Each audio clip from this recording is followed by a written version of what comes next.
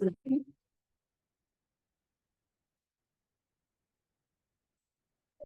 you everybody for coming. First, I want to introduce myself. I am Subacha Durali. I'm the Program and Research Director of the Massachusetts Asian American and Pacific Islander Commission. We sometimes refer to us as just AAPI Commission or APIC. I'm joined here by our interim executive director, Meena Bharat. Meena, do you want to say a couple of words just to introduce? Sure. I'm excited to be here, and just like you were thinking, it's been such a long, nice drive. I don't know about nice, but it was a long. Just say that. It's so gorgeous. I'm excited to be here. I have served 2 terms on the commission in the past as a commissioner, including as chair. And I've just stepped into this role of interim executive director because there's a bit of a transition. Our previous executive director stepped down. There's going to be a search. So in the next 6 months, there'll be someone new. But in the meantime, I'm here supporting Subacha. So I'm here to just support her and listen to all of you, baby. Thank you, Meena. Thank you. I'm excited to welcome you all to this listening session. It's actually the first ever that the commission has done in the Cape. So thank you for coming, especially on Saturday morning. Just a note, I'm going to be recording and taking pictures of this session. So if you don't feel comfortable being recorded, just like, I guess, after or when you're available, just let me know, and then I'll note it down so we won't share it on our social media. So a little bit of background on the commission. The commission itself was formed October 2006. It was originally named Massachusetts Asian American Commission. Then in July 2021, it was renamed Massachusetts Asian American and Pacific Islanders Commission. The commission itself is composed of 21 commissioners that are appointed by 7 appointing authorities, including the governor, the speaker of the House of Representatives, the president of the Senate, the state treasurer, the state secretary, the attorney general, and the state auditor. And commissioners are residents of the Commonwealth of Mass and who identify as Asian American and Pacific Islander American themselves. They have a commitment towards the community and they serve up to 2 terms, 3 years each term. The mission of the commission is to celebrate and highlight contributions of Asian Americans and Pacific Islanders in Mass, address the needs and challenges of our community, and enhance the well-being of the diverse group, and ultimately fostering inclusivity. Today's listening session is to directly hear from the community and community allies. We want to learn about your experiences, better understand unique challenges here on the Cape, and then also opportunities for AAPI living here. Before we dive in, I want to go around and do a quick introduction. So if you could please maybe share your name, your title and organization if you have one, or if you feel comfortable sharing, and then your connection to the Cape and one tradition or food / culture practice from your heritage that's meaningful to you. I can start and maybe go this way. Again, I'm Subacha. I was originally born in Nepal. I came to the US with my parents when I was 2. We originally lived in Seattle for approximately 6 years. And then we moved to Mass, where I've lived in Cambridge, mostly Medford, grew up there. And then now I live in Everett. This is actually my only 2nd time being here at the Cape. Last time was in 2021 when I was in college, and it was only for a day. So I'm really excited to be here. And my cultural practice from my Nepali heritage that I enjoy and is meaningful to me is Dasai. It's our biggest festival where we come together and receive blessings from our family, mostly elders, like they give the younger people money. So it's all obviously one of the children's favorites, especially my favorite as a child. And then we come together as a community. So I am looking forward to getting to know you all, and I'll pass it over here. My name is Kathy Bent. I am here on behalf of Barnstable Public Schools. I'm the chair of the school committee. We have 202 of our 4,680 students that identify as Asian American. So my purpose in coming, the superintendent is on vacation. So I told her I would represent the schools and to learn more, listen to your needs, and better support our Asian students and their families.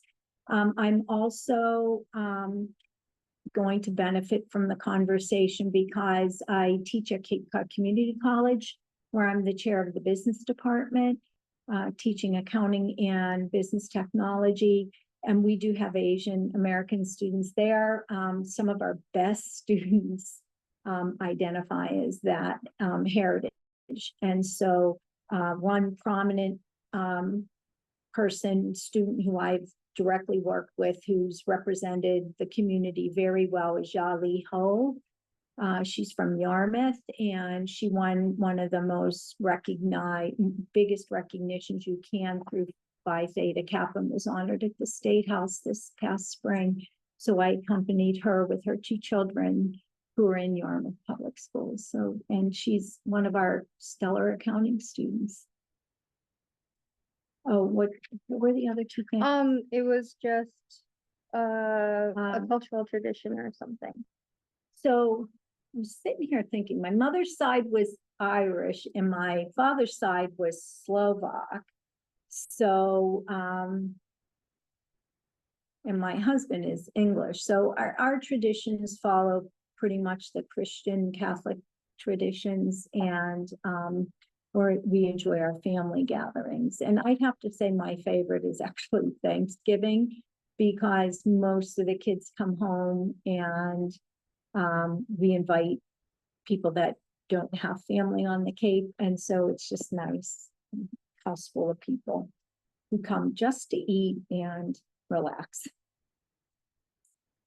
Okay, I'm Erica Sohadis, and I am the founder and owner of Belonging Books, which is a community-focused bookstore on Main Street, Hyannis, that centers underrepresented voices and stories, people of color, queer, neurodiverse, disabled, all that, anything that tends to maybe sit in the margins often. And I create and hold space, not I, the bookstore and everyone part of it. We create and hold space for joy and celebration, rest and connection. So some of the ways, I'm also a community advocate. I volunteer with various racial equity organizations, like the MLK Education Task Force and Amplified POC, and Amplified POC, Belonging Books, and the Cordial Eye, which is a third art organization, which is a collaborative, the space I'm in is collaboratively with the Cordial Eye. We are also collectively, formally, the Arts and Justice Collective. So we do a lot of different community events, mostly in Hyannis, but we're starting to do other things. We did like the Big Read with Claudia Rankin's Citizen, things like that. Also, we put on for the past 3 years a Lunar New Year celebration. So, and as that's grown, we've had like over 200 people come to that every year, Hyannis Main Street in the Sturgis building. And the community members have gotten involved in the organization and the planning. So that's been really, really important and special. It's not just me deciding what Lunar New Year celebrations should be like. And then the other thing I've recently done is my co-producer, co-director is going to run in here soon, I think. But I worked on a documentary called Unerased Asian Voices of Cape Cod, and we just premiered it at the end of June. So the timing of all this was kind of special and interesting, but it's a short 35-minute documentary highlighting the experiences, stories of about 10 Cape Codders, Asian Cape Codders. And it was great. We had like close to 300 people at Cape Cinema, and we are now going to have, different libraries are going to show it to their patrons. We're going to show it in October for the Arts and Justice Festival at Tilden at the college. And I think AAPI Commission is also hoping to partner with us to get it across Massachusetts. So we're really excited about that. And hi. Oh, the devil. Okay. So this is Psyche, who worked on the film with me. Yeah. I think that's I'll say for tradition, It's always food related. It's I'm not from Shanghai, but my kids and I, we love Shanghainese, like soup dumplings, xiaolong bao. So I would say we'll go with that, eating those, or dim sum. Dim sum's really good too. So we'll go to Quincy and try to get ourselves some of that when we can. Anything else? That's I it. think that was it. That's it. So we're just doing introductions. Oh, cool. So You're your next. name, Sorry to cut you. Go ahead. I love it. organization, if you want to share, and then, I guess, the, cultural tradition or practice that, is meaningful to you. Okay, my name is Meg Sekimaga. I grew up on Cape, I grew up in Sandwich. And I run a small video production company called Big Tree, so we just did a documentary together, which was awesome. And cultural tradition, I don't know. My mother, so I'm half Japanese and half American. My father's American, my mom's Japanese, and she's from Japan. And I think probably the most traditional thing we do is just kind of she cooks a lot, so just her style of cooking is very Japanese. Even when she does like Italian or anything, it has sort of a little Japanese flavor to it. And I've been fortunate enough, her whole family lives there. So I've been fortunate enough to go back. I lived there for a little bit. And so I'm actually going back this fall with my wife and her family, which is really cool. Yeah, my father-in-law and sister-in-law. So Good morning. I'm Terry Gallagher, not Asian or Asian American. I've lived here in Eastham for 25 years. I represent Eastham on the Barnstable County Assembly. I'm also chair of the Democratic Town Committee. But why am I here? I've lived 10 years of my adult life in Japan. My father worked in Japan. My daughter has now been in Japan for 12 years on her own. Our family is very integrated with Japan and Japanese culture. I worked as a journalist in Japan. But then when I hit about 40, I decided journalism was for young people and I no longer qualified. And I remade myself as a freelance translator. It was the end of the .com boom. It was like, quit your job, live on the internet, live in a beautiful place. So I was able to move here. I've supported myself as a freelance translator of Japanese, mostly for financial institutions, but also for the Japanese government and for art museums, a variety of clients. My daughter is here now. We visit her in Japan. Well, COVID was sort of an interruption, but we've made 2 trips in the last 3 years. That's my relationship with Japan. And if I can offer an aspect of my adopted culture, I would say we live in a place with great fresh fish, and you should all make your own sushi at home. Because we can get seaweed, we can get Japanese rice, and you can stretch a ½ pound of scallops. Will feed a lot of people for a great meal, or fresh tuna, or pick your fish, but make your own sushi at home. All right, I'm Sarah Korjeff, and I work for the Cape Cod Commission, which is the regional planning and regulatory you can see here on the Cape, part of the county government.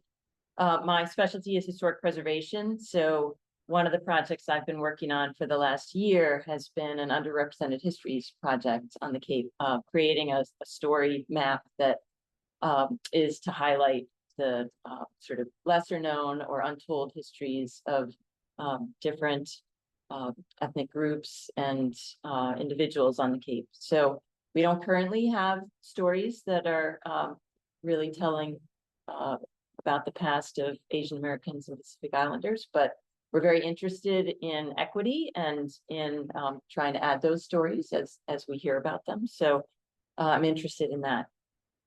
And I guess I'll just say from a sort of cultural tradition perspective. So I come from a pretty small family. So we have, in my 30 some odd years living here in Eastham, we've developed a large friend group.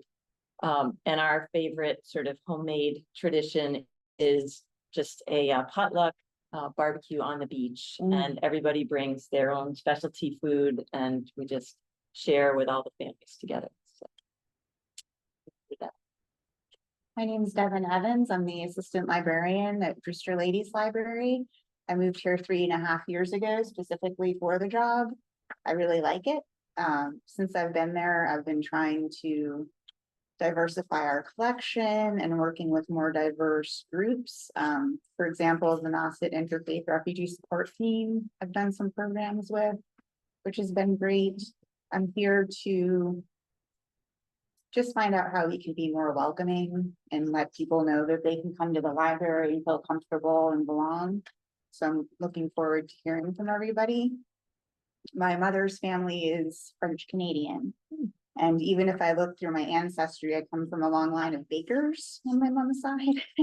So I find my grandmother's pie crust recipe, you know, she was really good at baking pastry up in Canada. So it's really special for me to bring out her pastry recipe and make pie for people, and everyone always loves it.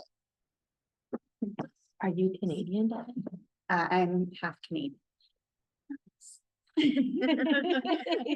I do have dual citizenship. Can I say that on a? Yeah.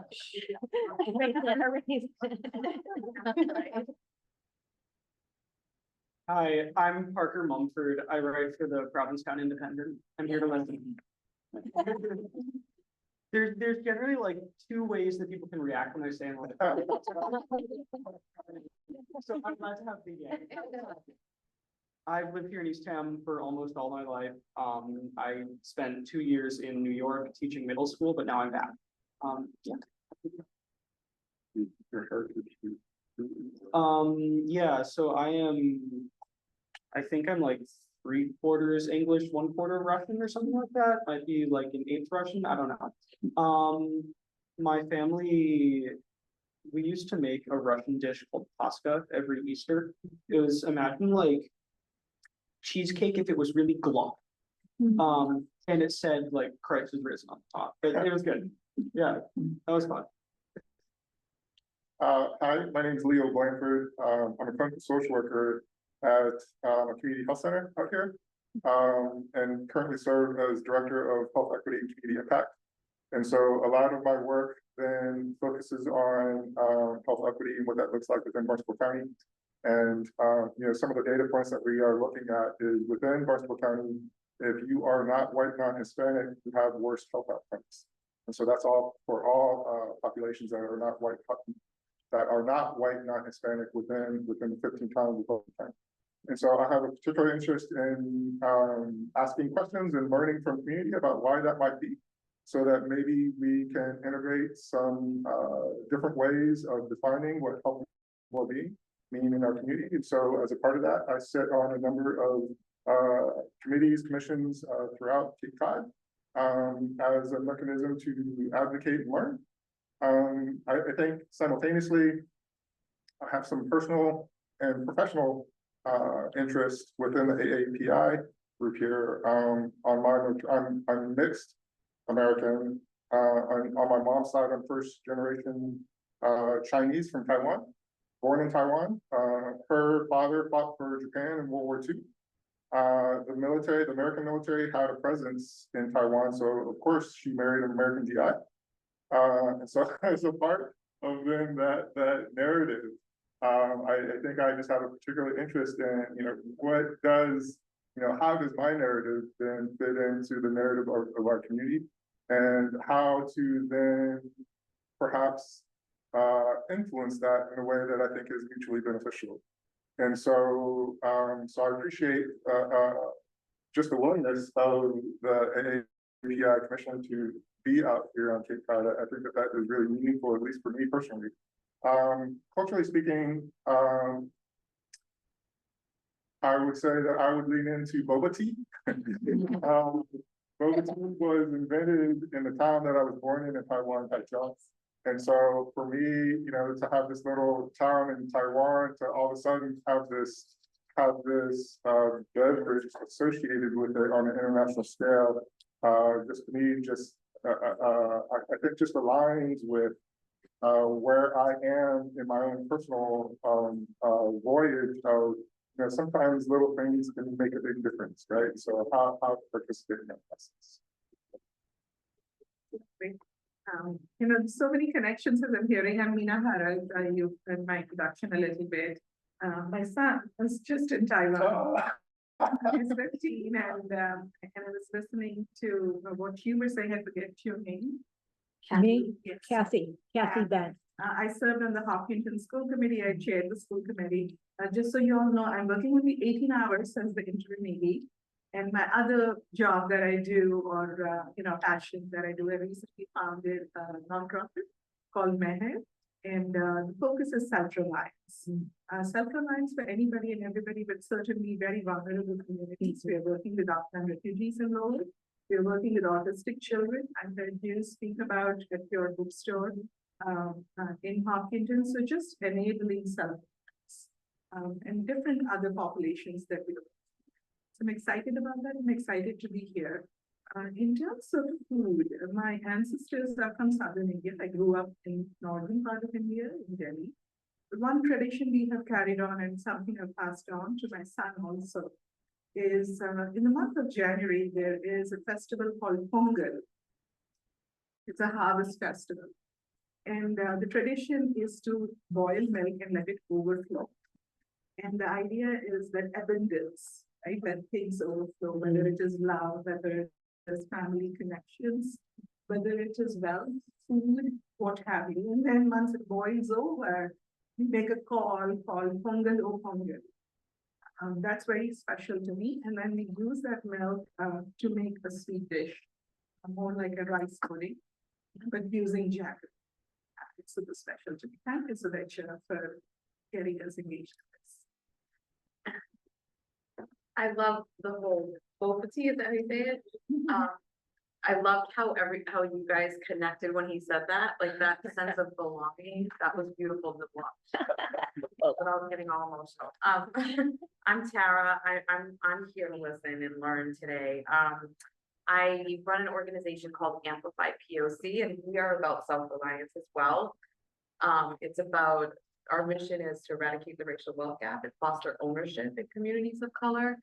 And we work very closely with Erica, with the Arts and Justice Collective. And if you haven't seen Erica and Tyke's documentary on race, it's absolutely just incredible. You guys did such an incredible job, and it's so deeply meaningful and just, you guys gotta see it.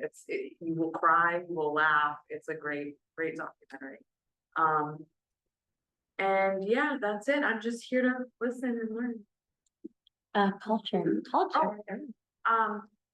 So I'm Puerto Rican.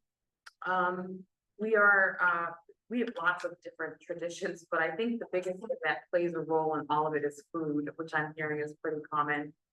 Because our food, we implement, our food in our American traditions and our Puerto Rican traditions. So just love to cook, and I love the flavor of my island, and yeah, food. Hi, I'm Leslie Dominguez Santos, and I am the Human Rights Coordinator for Barnstable County. So the county is well represented. And after hearing Terry, I hadn't even thought about this on my drive over, but hearing Terry talk about his life abroad, I lived in Kunming, China for about a year and a half. But here, really to listen, in the Human Rights Advisory Commission, we receive a lot of phone calls from the community about things that I have experienced. And so I have heard stories of challenges being Asian or Pacific Island identifying on Cape Cod. But here to listen and support, identify as Cuban American, and my husband is Dominican, and so it's really fun to hear what is similar and what is different between Cuba and the Dominican Republic, which are essentially right next to each other, and then Puerto Rico as well. And the thread that really runs through is food and family, and all of us talking with our hands big and loud. And so, like, when I think about what my culture is a lot of people being loud together with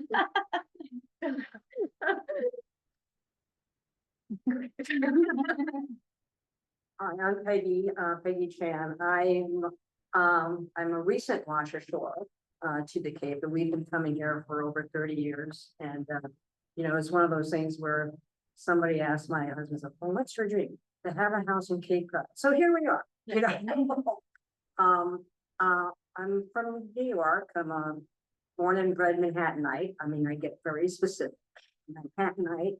And I've spent my, career in public health. First started with a community health center in New York, Chinatown, helped to set it up. And it's grown to like 7 sites. It's kind of amazing. And but I've continued that kind of public health work, working on Medicaid and people who are on insured programs. And yeah, so and my last job was with the State Department of Health, and COVID hit, so got to see that whole action in a very amazing way, and looking at things statewide. So again, very much into what is the health profile, what are the data points, and where are the disparities, and looking constantly at where socioeconomic justice. So anyways, and so I've been looking for community here since we come here full time, and I said, where are the people? Where are people of color? And I said, oh, so if someone gets to that point where you see somebody say, hi, why you to be friends? Kind of thing. And I have to really thank Erica Takey for your film and for all your community, advocacy and Amplify POC, because I think that Claudia Rankin, the big read, was tremendous on pulling people together and creating more community. So culturally, it's food. That's it. Anybody's food. Just all these Asian cooks. Ooh, what's that? Anything specific from Manhattan, perhaps? Anything special From Manhattan? from Manhattan? Well, there's always bagels. Can I add something about Peggy looking for community after, if you don't mind, after she saw the film, she wrote to me, she's come to some book clubs that I've held, and after she wrote and said, I want to be friends with this person, this person, this person. They're all meeting up next to on Monday in the bookstore. I won't even be there. If everybody wants to come, you're welcome to come. Yeah. The space you create. I guess it's my turn.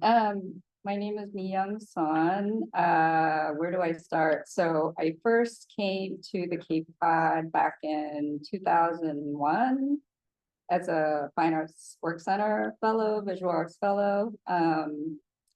And I drove in late at night, so I didn't see anything. And I, there was a salty scent, when I was driving in, but I woke up in the morning and I was driving from New York and, just saw like this low, quaint town, by the water and sand everywhere. I was a little bit like culture shock because the only thing that I knew of Cape Cod was like Cape Cod cranberries and potato chips, and so I knew nothing about Cape Cod, but I spent two years doing the visual arts fellowship, and I stayed in between and rented a little cottage. Back then it was like, I could rent a cottage for $500 and have a little part-time job and like be here. So I did that, and then I came back in 2021 again from New York after COVID and everything, and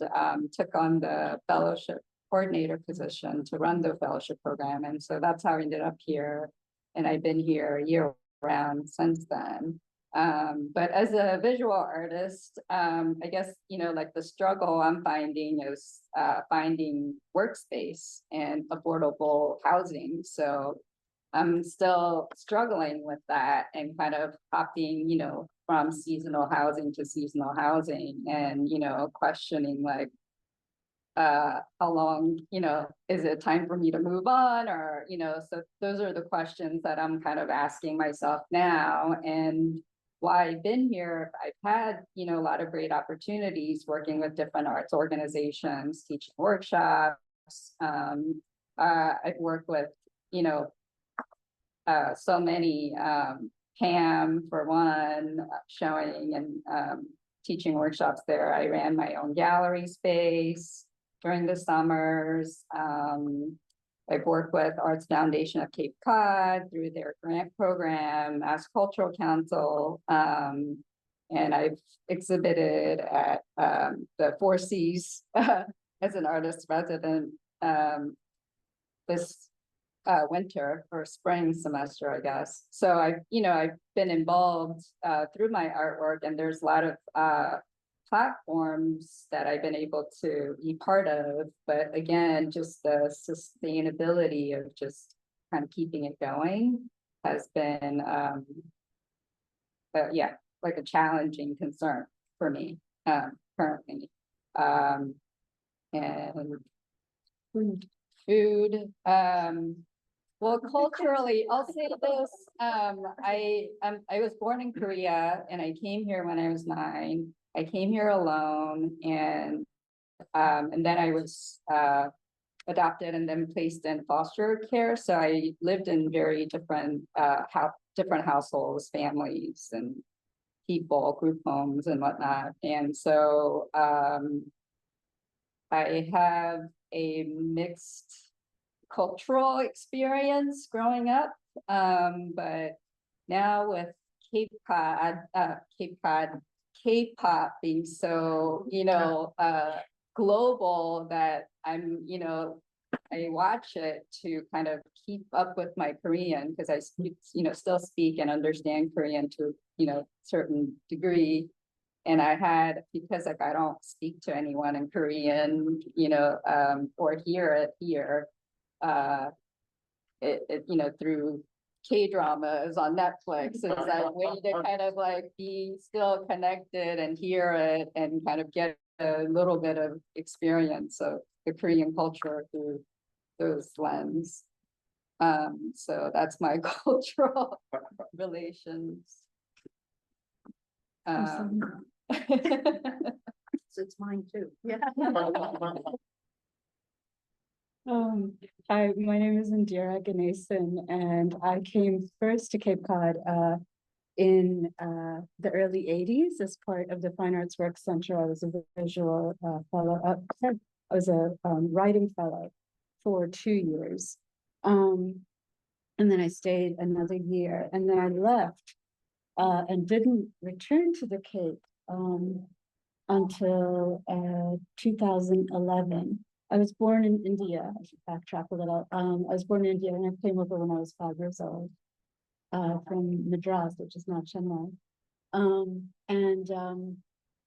So I came here in 2011 because I won a housing fellowship through the Fine Arts Work Center, and that's sort of how I've been able to live here. I am a writer, and I've written novels that are about I guess, bicultural experiences between South Asia and the West. And I also, I teach, I was teaching at Emerson for a while since I moved here. And then I teach writing workshops at a preservation hall in Wellesley. But the most fun thing I do is that I'm a DJ on WOMR, which is our local community radio station. And I have a weekly program where I play global music. So it's the only place on the Cape, I think. You can, every week, if you get up at 6 a.m.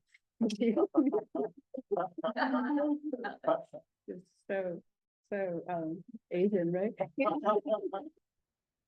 You can hear sitar, and you can hear Japanese pop and Korean pop and everything else in between, and jazz. And that's called Namaste. So we do that show, and that's it. Oh, and What day?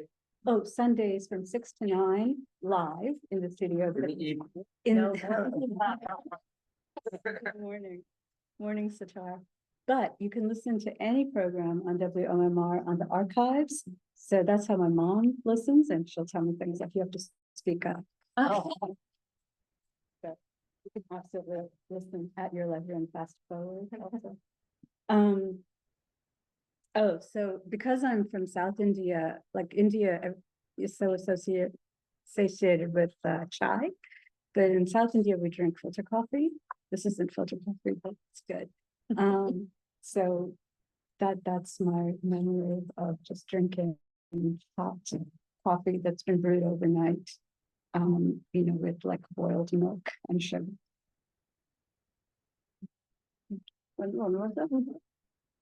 Good afternoon, everybody. My name is Santa. I'm with your mom. Nice to see you all. Yes, mom, she's helping me today with like setting up and getting the food. Thank you for coming.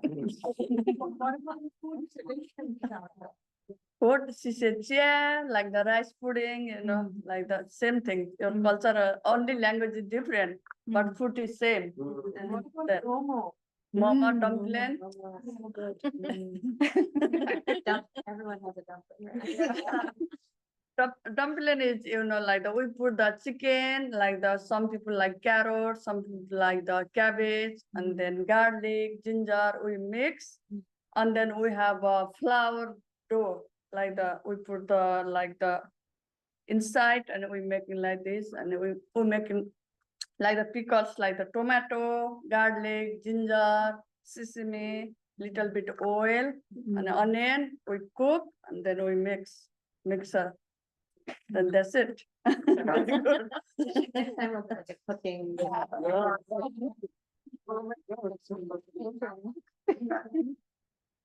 Thank you all for introducing yourselves. I think the next part of our discussion is I want to ask everybody as community members, when you think about living here on the Cape, what words or images come to mind? And I think some of you did bring up like how your family came to the Cape, but if you want to expand on what brought you to the Cape and what has kept you here, that'd be great.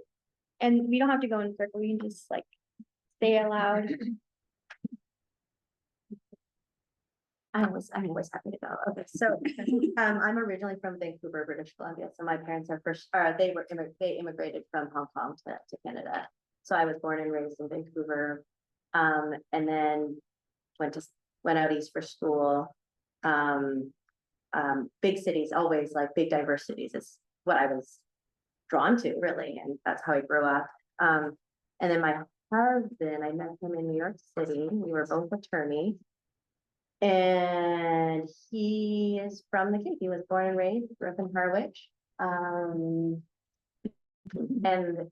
they were in the restaurant business like 40 plus years. Actually, gosh. Yeah, right? Like at least like maybe 45 plus years of kind of what's the word I'm looking for? Legacy, like Cape Cod restaurants, like cook seafood, cream and cone, and now the knack, which is, you may all know about the knack. Yeah, so that's what brought me here. And it's funny to come here visiting, right? We were in New York City, his parents were here, we'd come visit, and we drive back to New York, like, oh, we're never moving to Cape Cod.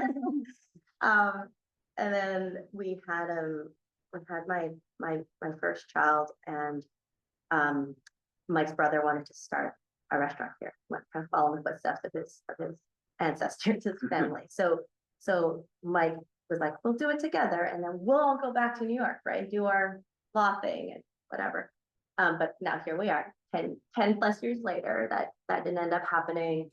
And I think for me, like you asked about when you think of Cape Cod, what are, the word that pops up for me is like isolated, right? Like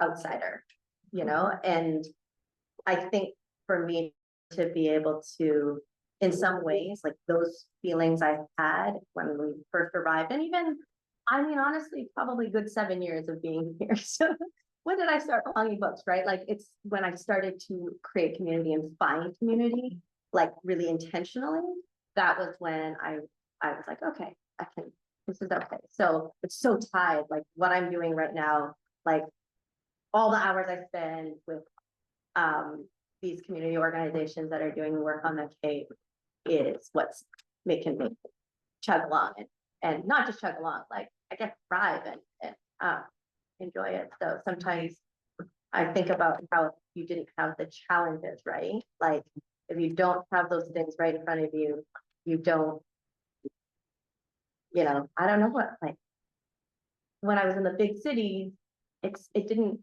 not that I didn't experience those things, but it's different, and it was so in my face and all the time that I was, okay, let's make this our home. And how do we do that? How do we make Cape Cod our home? I just started a business and it's really hard. I could tell you it's so hard. And he's like, oh yeah, I make it look easy, you know? Yeah, that's what I wanted to share. I may just add to that, Yeah. that sense of isolation, because that really resonates with me too. So I've been out here since 2008. I don't have any connection to New England. I don't have any connection to Cape Cod.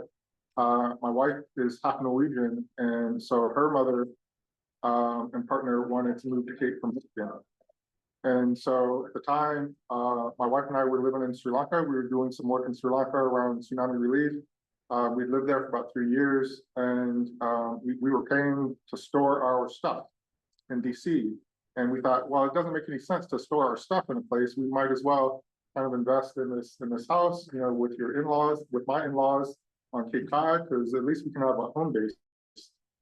Simultaneously, that was when the recession happened. And so first thing that gets hit are nonprofits. And so we were working for American Red Cross abroad. We thought that we would still be doing that. And so we found ourselves, I mean, kind of to put the words that you know, feels exclusive, you know, that we walked the shore, right? We watched the shore on the Cape Cod. So we were here kind of figuring out what our next steps were, and decided, well, we might as well just get our graduate degree. So we got, then Boston University had a satellite program at Four Seas. And so we both went through the graduate program to get our social work degrees, and thought, if nothing else, we'll always have work. there's always a need, so we'll always have work. And so here we are then 17 years later, still doing the work. You know, I think so whether it's isolation and kind of wrestling with that, and I think for a while I was kind of complaining about that a lot. And so then I think, you know, as a part of, you know, shifting my own narrative, I'm in the space of narrative these days, and this kind of concept of, if you don't tell the world who you are, the world will tell you who you are. And so just trying to kind of get a grasp on what is my narrative, how do I want that to be?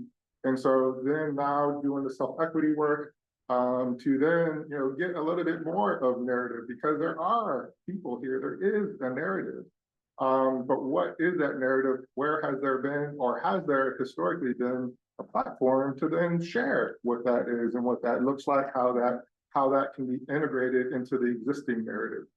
And I find that there is a narrative out here, and it's a dominant narrative, but it's not without spaces to open up and to kind of have these little blossoms of, you know, ways of integrating and moving forward with how these other narratives are involved in this bigger narrative.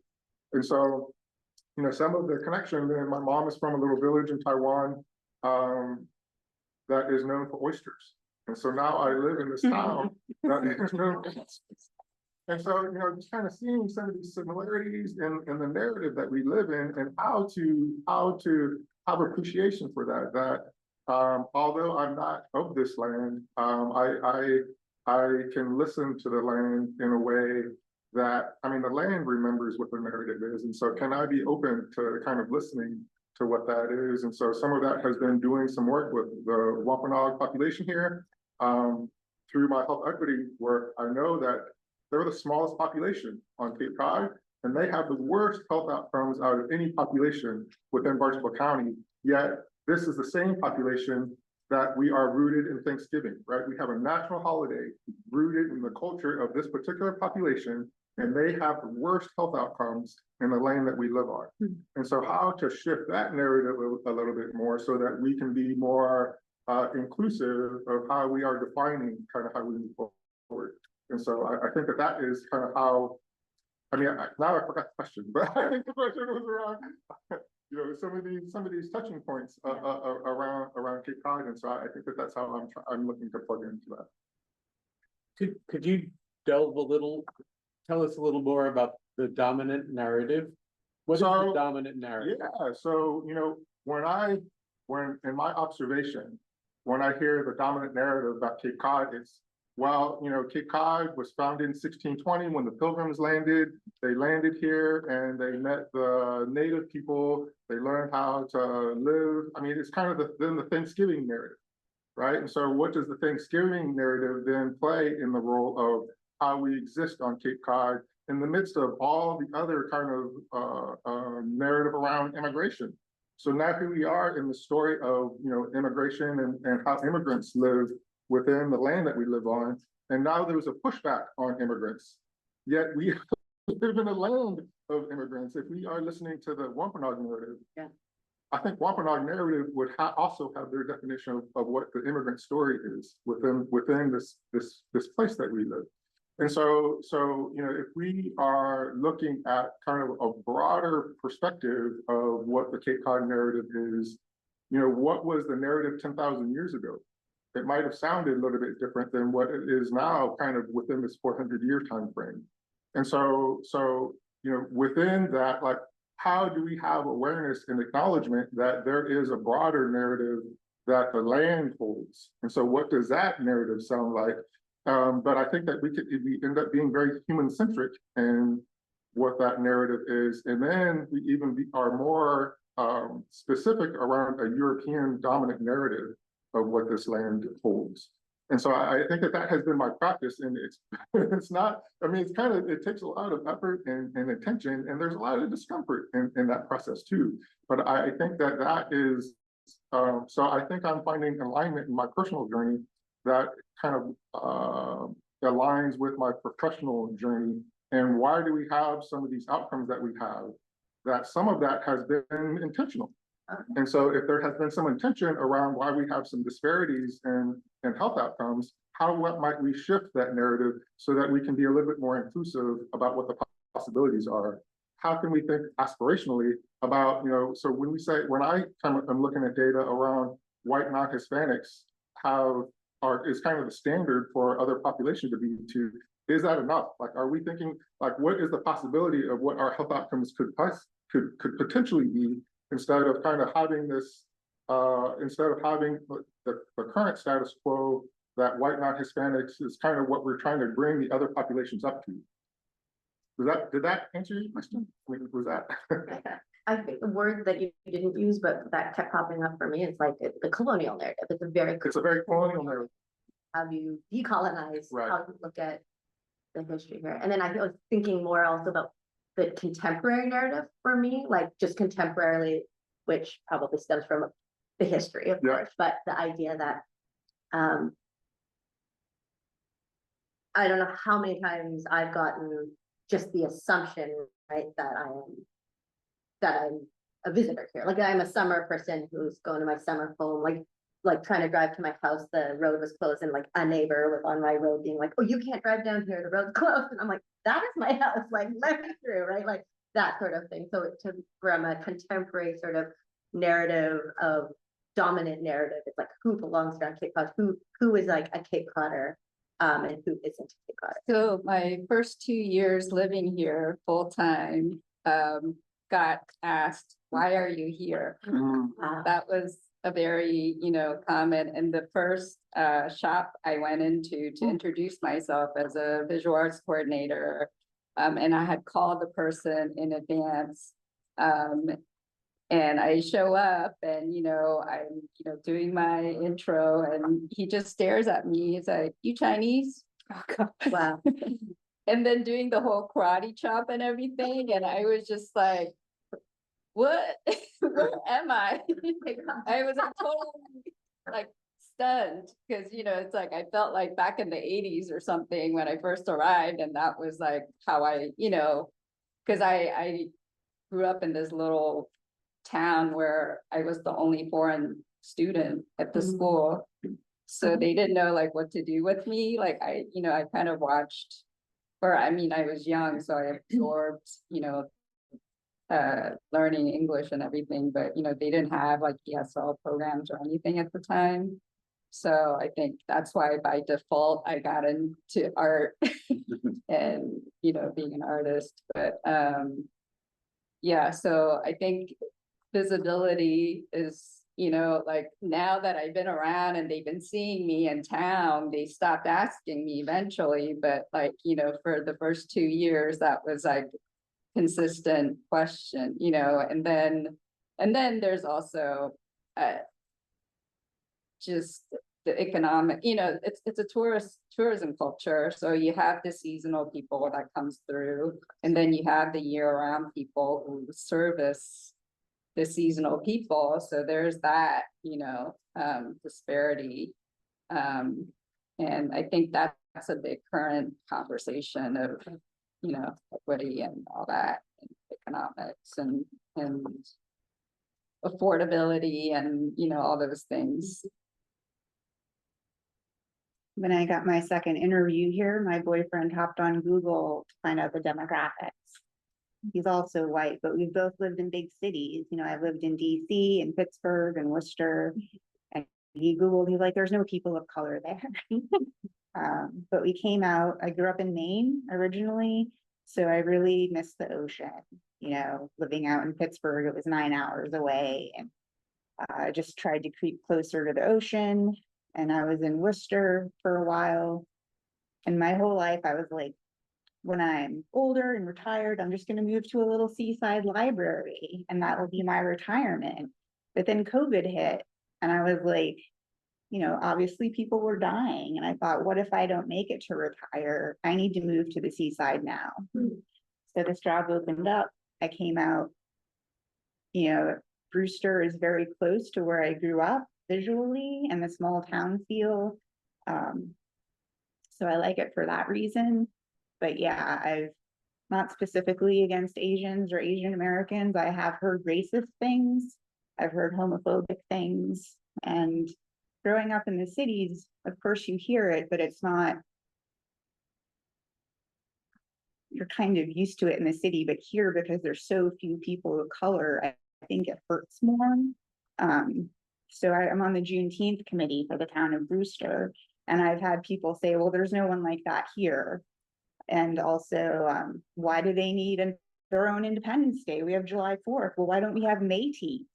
You know, things like that. And people making snide comments about LGBTQ plus people. So I think of the ocean when I think of Cape Cod, but I also recognize there are a lot of difficulties here for people of color or LGBTQ plus. I thought Cape must be cool with LGBTQ plus because of Provincetown. But then this past election cycle, I can't tell you how many Trump and Kennedy flags that I drove by, and it was disappointing. So yeah, I'm just here to listen and maybe help in my position at the library. I think if we talk about the history of Cape Cod, I think one of the great articles out of the Independent, Provincetown Independent, was actually the history of the Ku Klux Klan in Provincetown. And that was like crazy, because it was basically the Ku Klux Klan leadership wasn't not the Provincetown government, and who they were against, who were they mobilizing against? It was Portuguese Catholics. I mean, it was like so crazy. It was like any difference, you know, maybe there was a tinge of slight darkness. I don't even know, but it was the fact that they were Catholic. You know, so you have the Puritans versus, you know, the Protestants versus the Catholics. So it's almost like anything and everything that people will look for to discriminate. But that, you know, that's the history of the Cape, right? You know, our liberal bastion, we think of as Provincetown, but you know, that's the undercurrent history. Add to that, I was working at the Pilgrims Monument on a Sal's, I forget his last name, but he did this like lifelong collection of P-Town memorabilia. So I was working on the exhibition. So one of the documents that we found from the collection, it's a women's group of, you know, Ku Klux Klan supporters. And, you know, there's like list of family names that, you know, still exist. And They're on the roads of the And sometimes how that comes in direct paradox, as sometimes we think of Massachusetts as this abolitionist state, as this kind of bastion of abolitionism. You know, we have had the Underground Railroad come through here, right? Like historically, we know some of these things, and like it's not binary. I mean, right? Like, because we have kind of these other narratives that are immersed in what this looks like and how this happens. And so, like, how do we hold that? Like, how do we hold that? Like, okay, you know, that is not, it's not comfortable to sit with, right? It's not, but that I think is then where we find, you know, where, you know, I've kind of heard the term nice racism, right? Like, we don't want to, you know, racism holds this contextual, like it's kind of evil, and I'm not evil, so I'm not that.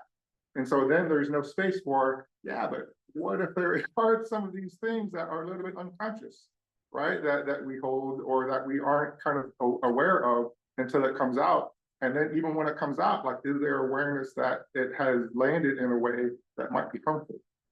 I wanted to actually ask Leo as well, because we both have young children in the Cape Cod school systems, and I'm sure you have stories, but I mean, I won't say daily, and you went through it, but you're also a little older than my kids, a little bit. But they will come home, they're half Chinese, half Greek American, and Canadian, they're also Canadian, they're all sorts of things, but they come home and they'll say, my classmates said XYZ, right? You can imagine, fill in the blanks, but it's like the same stuff that we grew up with. It's the same, and there's like this. So I'll just tell an example. I started telling it at the thing, and then I dropped the F-bomb and I stopped telling my story, but essentially my daughter came back and said, oh, I have some classmates, and they'll say, they'll like do the ching chong kind of thing. And then she's like, oh, and they do it in front of the teacher, and the teacher doesn't, you know, just ignores it. And so I was like, okay, well, we talked about it with her, and she said something like, I think it's a meme. And I'm like, that doesn't make it okay. But so then we went and we were meeting with the teacher for just regular conferences. And my husband brought it up. I kind of wasn't ready for this conversation. He brought it up with the teacher. It had been a month or two in. And the teacher was like, oh, like just really wasn't in a place, didn't have the skills to like sort of have this conversation with us, right? And her first thing was, did they say it to her? Which is like, it doesn't, yeah. And then the next thing was, you could see her like the gears turning head, and she goes, oh, well, this is a really great opportunity for your daughter to advocate for herself and to say to these kids, like, that doesn't make me feel good. And I was like, and I shut her down right away in a very nice way, but I was like, listen, like, this happened to me growing up, and the last thing I wanted to do is say to my, you know, and this is the part I didn't get to in the conversation on at our premiere, but you know, I've been thinking about this, and I think this one is a little bit specific to Asian Americans, right? Is that if those kids had said the N-word, if they had said something like that, I hope to God that teacher wouldn't have said, you know, I hope your son or daughter could advocate for themselves. They would have handled that very differently. But with something like this, it's like very like, it's almost like they don't even know that that's racism, right? Like, oh, they just don't know. That's a lot too. You get that? They just don't know. And it's probably true. These kids hear it from somewhere, but I don't know. Like, I don't know what to do with that. And it comes up a lot. Like it's not like a one-time thing. My kids aren't that old either. So they're going to be going through this for a little while. I'm just curious if Leo, you're from your kid. Absolutely. It's the same story, yeah. Right? And so, and I think that my daughter has a little bit of my wife and I in her. She's a social justice advocate. And so she literally like wears it on her shirt.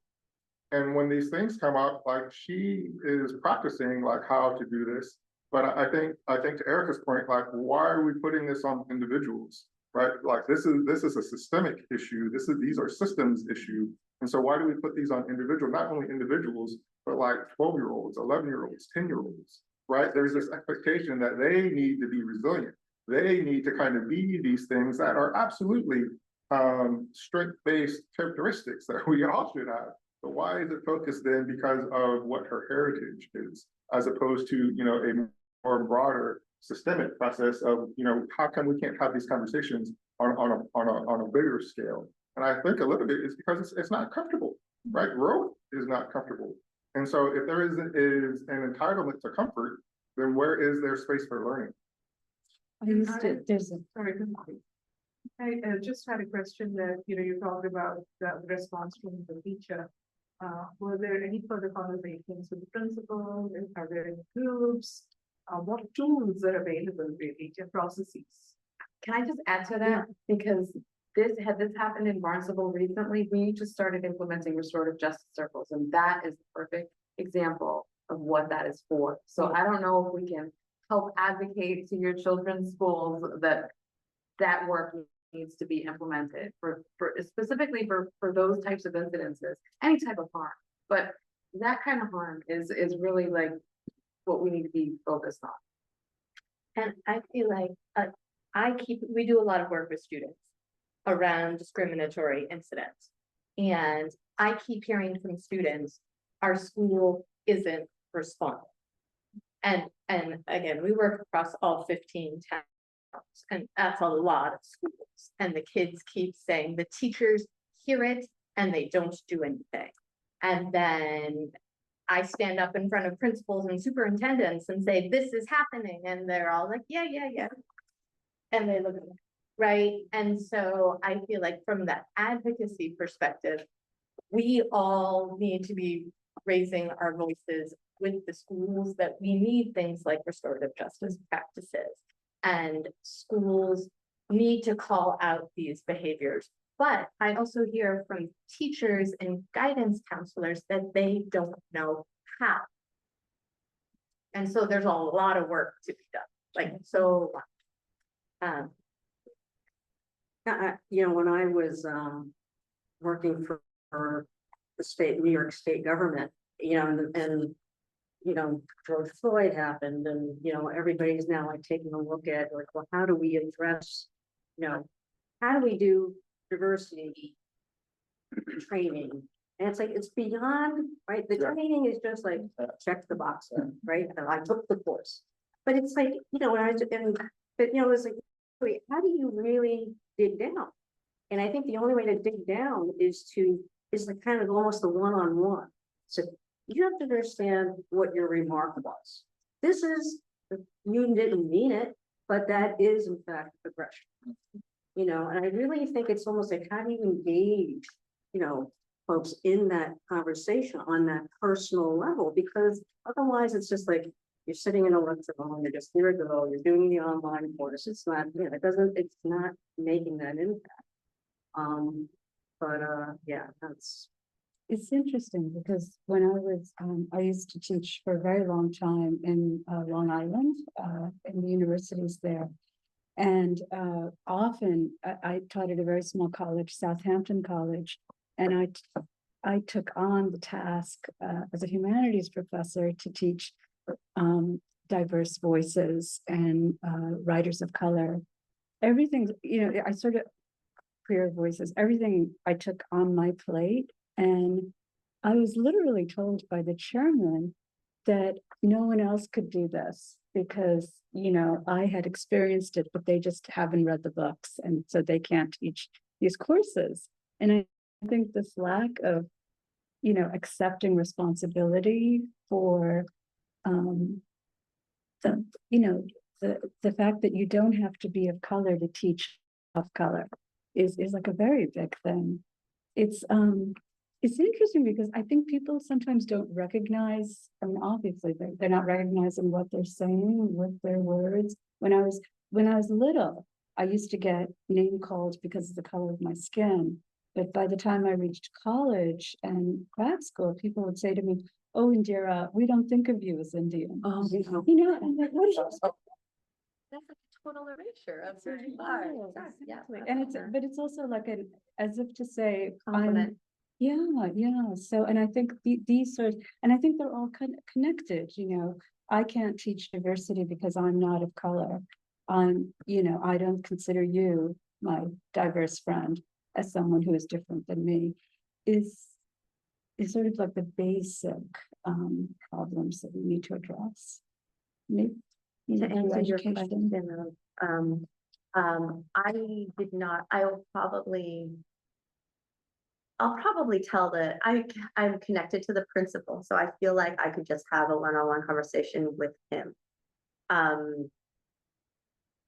But I'm tired too, so I didn't, I just didn't bring it up. I just worked it through with my kid, right? My own way. And actually, I did speak with, because it's Cape Cod, I did speak with the parent of one of the kids who had apparently been using this language, and I'm friends with this person. So we actually had an okay conversation there. And there are, so the MLK Education Task Force, which is it's under the MLK Action Team. It's one of the nonprofits that does work here on the Cape for racial equity. We put on every other year a racial equity educators conference. And the first year was all Zoom, and it was, I don't know now, 5-6 years ago. But no, not that old. 4 years, 3 years, or 4 or 5 years ago. It was all Zoom. We probably had about 150, 60 people on that, right? And then the next time it was more like 100 or something. And then the next time, the one we just did was, oh gosh, I think like 50 or something, right? 60 people. So, and of course, the people who are showing up to that, the educators, and it's Cape-wide, it's not just specific districts. The educators that are showing up are already the ones doing the work, right? Like trying to do the work and grow and learn. And then the ones, everyone's busy, and I understand that, but so there are, but that's still more, you sit and you get, it's not necessarily just a lecture, but you aren't engaging, you're kind of, right? Like, Tara actually ran a restorative justice, what would you call that? Like a circle example, right? So that was so great because we were sitting in it and we were in this restorative justice circle and understanding the power of something like that within a school setting. So that would have been great. That would have been a tool or a resource for people to get something out of it. And I had only brought that up actually because of Leo's comment about it being a systemic issue and why it should just. And that restorative justice is really about the community, healing in community. It's really about calling in and all of us coming up with a solution or solutions and not just putting it on one person. And that's kind of what you were alluding to. But yeah. I think we talked a bit about experiences where people have felt unseen, misunderstood, and some barriers like racism, discrimination in Cape Cod life for AAPI community members. I want to now sort of shift focus and talk about maybe sources of strength or resilience. What helps you feel connected and supported here? Are there community resources or people that have made life on the Cape better? And I guess what is the future hope for AAPI communities? Yeah, I think the film, I mean, that's huge, right? Volume books, I think Amplified POC. I mean, there are a lot of resources. I mean, there are emerging things, right? I mean, there are things that have existed. I think that there are things to come. And so, that it feels good. It feels good, right? To have that kind of be in existence. I mean, it feels good to have AAPI come out here, right? I mean, we are a rural community. Like I have questions like, why you there? I mean, I think there's only 2 other towns that are smaller than these. Like 2 towns over. So as a rural community, sometimes I think that is a part of some of the isolation that happens. And so just again, just being appreciative of just having some recognition, just having some of these, mycelial connections, right, that are stretching out because what we are having here is not much different than what happens anywhere else. But I think it feels so isolated that then I think sometimes there is, I know that it exists in other places, but I think just to sit in community and have an outlet, right? Like how powerful it is for me. I mean, that's medicine for me, right? To just to kind of sit in this with others. And so, And you feel seen, right? Like you feel understood because you're with people who understand your experience. And I want to, talk about this, but I was also gonna say, like, after Honor Race came, like, I literally had people coming to the store, like, hanging out, wanting to talk to me about, I was like, oh, Honor Race too, because there's so many stories, right? And people felt seen and like, and the film itself, you want to talk about how it's, how it kind of became this like. Yeah. Because there's Asian is a. I mean, even in this circle here, yeah, Right, it's yeah. complicated. You know, when we were doing it, I wanted to have this inspiration. I grew up on Cape and like surround all my friends are white people. And I wanted to like, I kind of gravitated more towards connecting and I wanted to do like a, an Asian fraternity or something like that, just to try to have something. That a lot. Yeah. Yeah, For boys. for boys, but it doesn't, it's like kind of the camaraderie of having other Asian people together, which is kind of, but then we were doing the documentary and it's just amazing how many, Asian people actually live on the Cape. I know it's a small percentage, but they're just in pockets. And I think doing the project with Erica taught me a lot about different internalized problems with Asian people and the isolation that we kind of put in ourselves. And I think growing up in Sandwich, I wanted to just blend in as much as possible and not be noticed. Because there was no other Asian people really in my school, there's maybe one other person. So I think having resources like her, like you were saying, that group, like I think those are, it's a mix because as we learn, there's always going to be hate, like in P-Town, it's just, the same things happen to Erica's kids that have been said to me. Yeah, exactly. It's just, unfortunately, it's like just the fact of life for us. It's Right. like, the way the society looks at, no matter if you're fourth generation or, half, it's just like, oh, speak English really well. Yeah. Right. And yeah, and I think the biggest difference of like Cape Cod versus New York City is that, something happens to you in New York City, you have, there's 100 other people that are just right looking like you next to you. So it's like, we don't feel that, but in Cape Cod, your daughter's probably alone. And when she gets those comments, she looks around and there's no one. The teacher doesn't stick up for her. And that's how, I think that's the worst part, and having this meeting those communities. So like any sort of group building like that or connectivity would be key. Yeah, I mean, in other places, I mean, I've been traveling a lot and just kind of looking at the whole Asian diaspora, and it's fascinating. And like, I have family in Saskatoon, or even farther north in a small town of like 300 people. I don't got kind of, but I think in other places, like there is kind of like a Asian, physical hub, so that even if you're living in all these different places, you can go there. Here at the Cape, we are so spread out, and there isn't, I mean, I'm so frankly belonging books. Well, And thank you. like, yeah, something, No, I do know, and nobody's here from this community today, but some of the people who are in the film that I work with to put on the Lunar New Year thing, they're Chinese immigrants. And there is definitely a core number of Chinese immigrants that get together every, they're on a WhatsApp group together. So there is definitely, it's just that it is like, it's interesting because you're mixed race.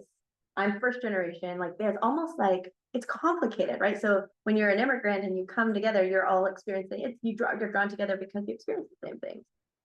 And I think that's partly why I think if you watch it, the film it ends up being a big discussion about this kind of gray space that we kind of come from because we made the film, so it makes sense. But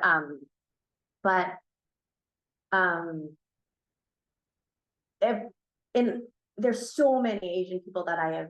There's what, a good 3,000 year-round rounders here on the Cape, and the fact that I know maybe 30 feels really good.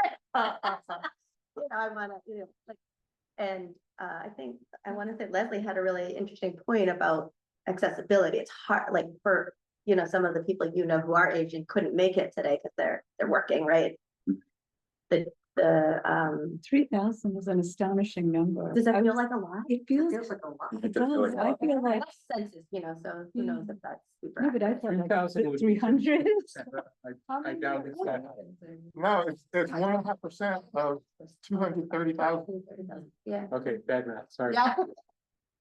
1.5%, yeah. Town and there weren't any Koreans, at least None. not year round. Wow. But some of this, so Got here. in the healthcare system, what we're noticing is it's hard to get racial data. Yeah. Because there is, I don't know if it's instinctual, I'm not sure what it is, but there's not a willingness to share. Yeah. Right, and so, and again, I kind of go back to like, what was it like for Wampanoag, and even when we are looking at, Chinese history, like we had the Chinese Exclusion Act, right, 1882, 1943. And so within that time frame, it shut off, it was repealed, World War II. We can see in history, then all of a sudden there was like an influx of Chinese and Japanese, and we can see it like with policy, we see an influx of how that shifts populations, right? And so sometimes it feels like we are living history, right? So when there are Wampanoag people that don't want to share their identity, there's a reason for that, right? They've been Want to be targeted. yeah, and so They're not then trust- it's the they're same not thing. trusting the Yeah, government. because there's a lack of trusting of the system, because if I identify, then how is that going to fund me, right? So I think with the census data, we've been struggling with that from a healthcare perspective, and then now we come in to learn that Medicaid is using data for ICE. Yes. And so here we've been saying, oh, trust us with your data, we need your data so that we can identify these disparities. And now the same thing that they were fearing by not wanting to share is coming back and is happening. And so it is kind of fulfilling this fear that was existing, that they thought was going to happen, is now happening. And so as a community, like how do we attend to that? How do we nurture that? Because if we don't have the data, then we don't have a picture of what even the problem is. If we don't have a picture of what the problem is, how can we tend to it?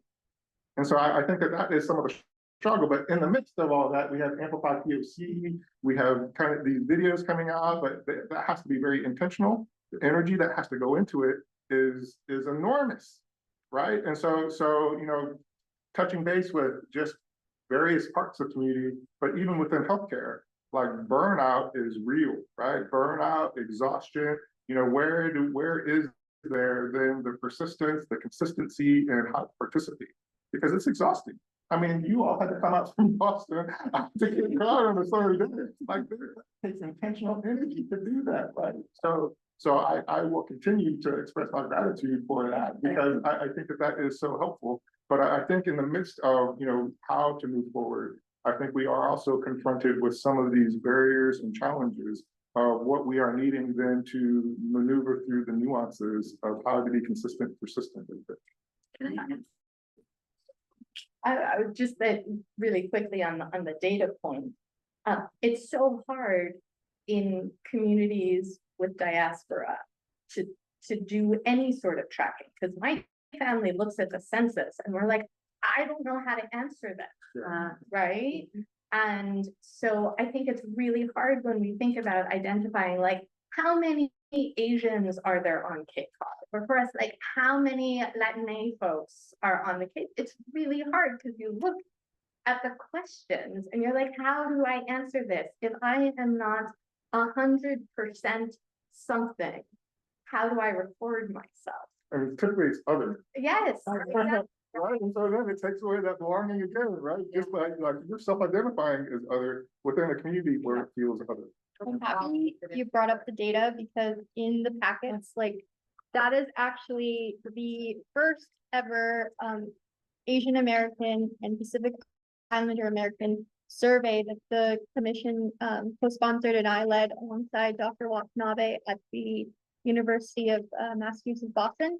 And so our ultimate hope is to expand this survey, make it continuous, and do it maybe every other year so that we do get the data. And just from my experience, like looking at the data we collected this past year, we only were able to get 1,400 respondents. Majority of the groups that we were able to disaggregate were Chinese, Indian respondents. But our hope is that we can get a bigger sample size eventually so that we can break it down by region, by AAPI identity.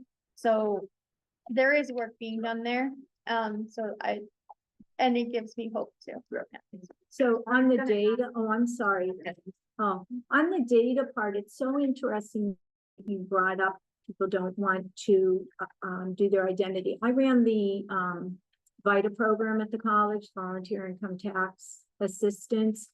And the community members who came in, it's free tax service, just if anybody is not familiar.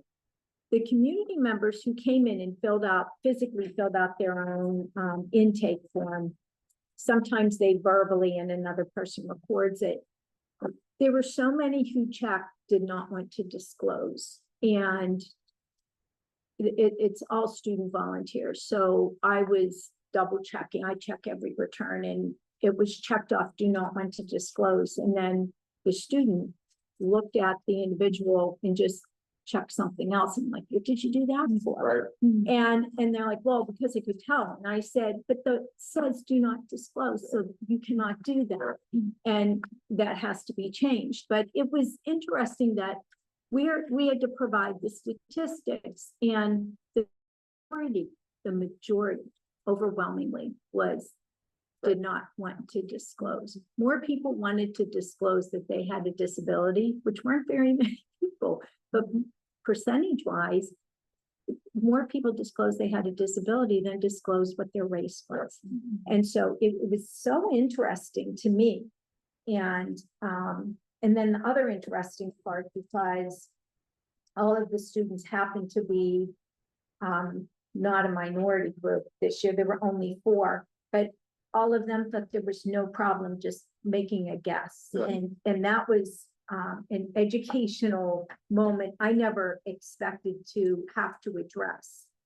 And so when you say that educators don't know, like I never in a million years thought to say, don't look at somebody and then put down what their ethnic group is. I never thought to teach them that. Right. It never occurred to me that somebody would take a guess or be that way. And then the other thing is, being in education at the college level, you're around so many different people. If you choose to go to conferences and you see a more diverse group, and since they're all educators, many of them are masters plus, so you see these people who have been exposed that it's you feel like this stuff isn't really happening. And it happens at Cape Cod Community College. It happens in Barnstable Schools, one of the largest district on the Cape. But when I look at it, and my daughter has a friend who's biracial, and I have conversations with her mother all the time, and she's like, you don't get it. And I thought I did get it, but she's the reality check in my life who has enough backbone to say, you're not getting it. What a special relationship that is. But it's hard. It's hard when you're white and you don't live it. And it's hard when you try to take everybody at face value for just being a person. And then you realize that's wrong. How many years down the road? That's wrong. Because it's difficult, but the data thing is really important. And I almost wonder how much data in today's world is really accurate. Do they still have white allies? Do they get what? White allies? That used to be a movement. Not that I'm aware of. Can I was gonna ask about, and specifically, AAPI data. I know that with Black, Brown, and Indigenous communities, as Leo and several others have, alluded to, is the harm that has been done historically on these specific communities has caused folks from those communities to not trust the census in particular, and that seems to be our biggest marker of that type of racial data. And we know that race is a social construct, right? Like race is not real. And so, I mean, it's real, but it's not real. If that makes sense. I'm rambling now. What I mean is the government created race for the census. And so that is the historical harm that was, and then after that, we had redlining, we had, gentrification. Like, so that all of this harm was racism, all this harm was committed on our communities. And so that is why we're having folks I'm really looking at you, Kathy. That is why folks are having a hard time with distrusting, you know, filling out that type of data. My question is it the same in the AAPI community? Is that what I'm hearing? I really want to learn how we can support your communities with that better. Well, from my experience running the survey was fielded by a company in Boston, Mass Inc. And so they actually reached out to AAPI identifying residents across the Commonwealth. And the thing that like was constant feedback from them was how hard it was to find people and like make it so that it's not like we're targeting you for the survey because we want to know your information, but rather like this survey is essential information we want to know about like your economic situation, what resources you need, questions to help us understand what is the situation going on with the AAPI community in Massachusetts. But it was hard because people don't pick up the phones. Like that was primarily how the survey was implemented. It might be a scam call. So there were like incentives, which is part of that sort of research that was done. But I think it is similar to like, well, we don't trust the government, so why are we going to give our information out? Yeah. Okay. But I just want to go back to what Surecha had started asking, what are the sources of strength? Right, I know we've got the data, which is always exciting. And what I heard are spaces of belonging where you can have conversations. So I heard a couple of them, belonging groups. I heard of Amplify POC. And you know, the commission is a state agency, right? And we have some resources, not too many, and not a very limited budget, I would say, on our. I'm wondering how are, you know, these spaces that you've talked about funded here locally, whether it is, you know, your state reps, whether it is higher officials, whether it's public libraries or schools. So how are the tax dollars coming forward supporting what you do? Think about I mean, like with just the years I've been here in the visual arts communities, I mean, there's this history of art and it's supposed to be the oldest art colony here. But, you know, the artists that's being celebrated are like these like historical legacies who are still being, you know, like celebrated again and again. And then there are like handful of artists that gets shown repeatedly through all of the arts organizations. And there's not a lot of diversity to spread or, you know, advocate for new or just wider range of artists.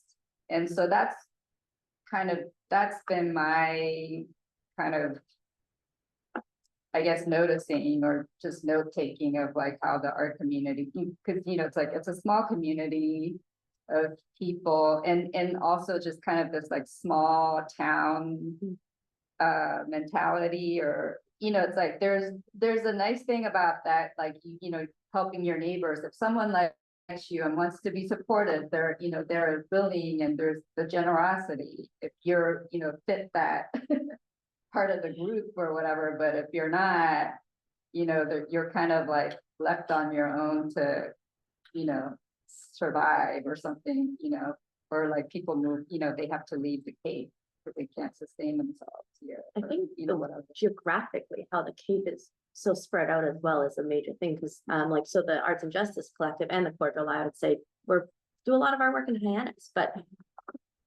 all our artists, pretty much, right? Like all our artists come from historically marginalized. That's who we're supporting, historically marginalized communities. But we've never met, right? Like, so even like in that, like the fact that I haven't met two artists who are doing incredible work up in and DJing really cool, like up in Outer Cape, right? And we're doing a lot of stuff, or you know, down in Mid Cape. And then there's Felt, right? And there's what's that called? The work Upper Cape, right? So we're spread out, and I think sometimes unless unless we sit here and get to meet each other, which is so cool, we may not find each other for a while. I actually have to say, I am so grateful you did it in Eastham, because I'm on the Amplify mailing list, and I often don't attend things because they're in Hyannis, and I think I'm out of Hyannis. You know, which is sad, because I'm way out in Provincetown. Spread out.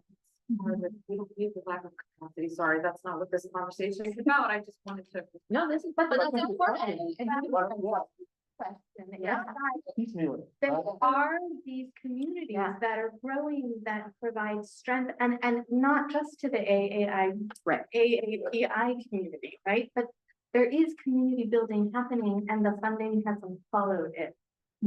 And our goal is to get out there. Yeah. Well, I think that speaks to some of the strengths, right? In a roundabout way, is that, you know, I think that whether we are talking about marginalized communities or rural communities, like, you do more with less.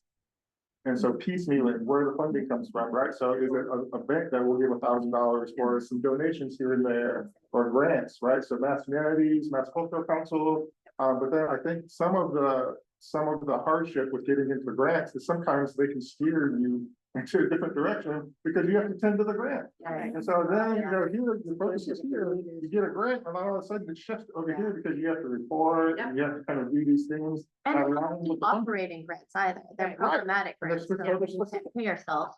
That's the biggest. It's huge, you can't do the work because you Or aren't the- getting paid and you're tired. Well, the state funding goes to the big, you know, like there's like the Arts Foundation of Cape Cod, then that trickles down to other smaller organizations. And so it's like, there's like a tiering system, so then AAPI, where are they?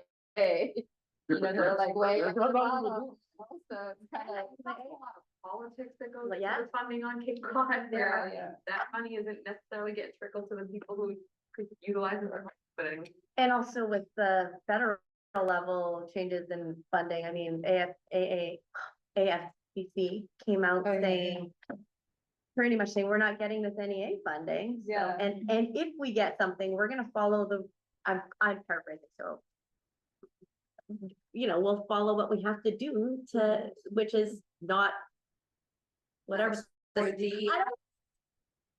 Support DEI, which I'm just like, my brain can't So it even. was always hard, and so now it's getting harder. Yes. Yeah, and it's happening everywhere, right? Like education, like college, like everything is impacted. Like, how do they're all on eggshells. If we do this, we're gonna. You So how can't much call do we it what work? it is. You can't call it what it is. So that we- If you Social want to justice. fund it, you can't call it DEI in the federal. In And the then it- federal. yeah, grant and it program. becomes. And that- Well, I mean. The college is not stepping back on calling things DEI, and sometimes I sit. When coming from an accounting finance point of view and think, do you want to get targeted for no more federal dollars? But, you know, colleges typically are very liberal, and so they're gonna fight back and push on what they really want and believe. And even at the expense of not being able to play the game to get the federal money. The one thing that I think of educationally is I noticed this in the Cambridge schools, the Boston schools, where you've got your Asian American Pacific Islanders sitting on school boards. We cannot get people on Cape Cod, and as a school committee member, my best line when I'm up for reelection is when somebody disagrees is to say, I think you should run for school committee. But this is a year where I'm not running, and so as to be very careful not to think that I'm asking people to run against my colleagues. But, you know, in Barnstable, we have a very, very diverse population. We do not have a diverse school committee. And one answer to that is to expand those leadership roles to more people, which was also shot down 7 instead of 5, because then if there were 7 extra open seats, maybe somebody who feels a little hesitant to get on a board that has 4 out of 5 white people, maybe somebody would step up. But this community is so educated and so, culturally diverse that I want to say, will somebody please step up and start running for these positions, because we can't sit there in a leadership role and say, I get it, because I don't get it. And I can do my best to try to learn it and be equal and try to look at things from a big picture, but I don't get the microaggressions. I don't get the disconnects personally, because I'm not experiencing them the same way. And, you know, it's hard, like you say, small group of people do all the work. They're the people that volunteer. They're the people that are sitting here on a Saturday. You know, even my husband said, why are you going to Eastham? Nobody goes to Eastham from Hyannis unless you have a purpose or you're going on the family beachcomber trip, right? No, but yeah, and as soon as the email came to the inbox, I knew this was the beginning of the superintendent's vacation week. And so I just said, hey, I'll go represent Barnstable, because I feel like, you know, you need to. And I think that goes back to kind of your point. You know, so I think it's fair to say 6 months ago, we didn't have this DEI kind of federal looming over us. But I think part of the struggle is like we're Asian Americans and Pacific Islanders are 1.5% the population of Barnstable County. And so what I have seen, like where resources go, typically is to quantity of people. Right, so they are going to where the quantity of populations are, as opposed to, you know, these kind of diaspora little populations spread out here and there that aren't very organized, that don't have any cohesion. Like my understanding is that's not where funding goes, is to help kind of build that up. And so, like even within rural communities, like the 4 most outer Cape towns are federally recognized as rural communities within Cape Cod, within Massachusetts. But like we don't see the rural funding here because Western Mass is known then for their rurality. And so then it becomes kind of a raising of a hand of, hey, we're out here too, right? But then the Cape Cod narrative is, but this is where people go to vacation, right? This is where people go, you know, to see the beautiful beaches and the lighthouse and the lobster rolls, which is true. And simultaneously, we have like who works at the restaurant, who works at all these places that help to support all these things. And so how do we kind of go beyond kind of the algorithm of quantity? How do we increase quality? But that doesn't always fit. That's not always the most cost productive thing. So if it's not cost effective, then how do we kind of do it in these other ways, right? But again, if we are talking about systemic structures, then how do we bypass that? And it just seems like narrative is a part of that. But how do we even have a cohesive narrative when we are all kind of spread out and kind of living our own little, trying to survive in our own little space? and we have an economic economic discrimination as well. You've got, everybody thinks everybody who's living year-round on Cape Cod, it has lots of money. And, you know, it's just not true. Well, I mean, I met with some Boston funders who were like, you know, with a bunch of rich white folks out on Cape Cod. What do you need us for? And it's like, are you kidding? Like what?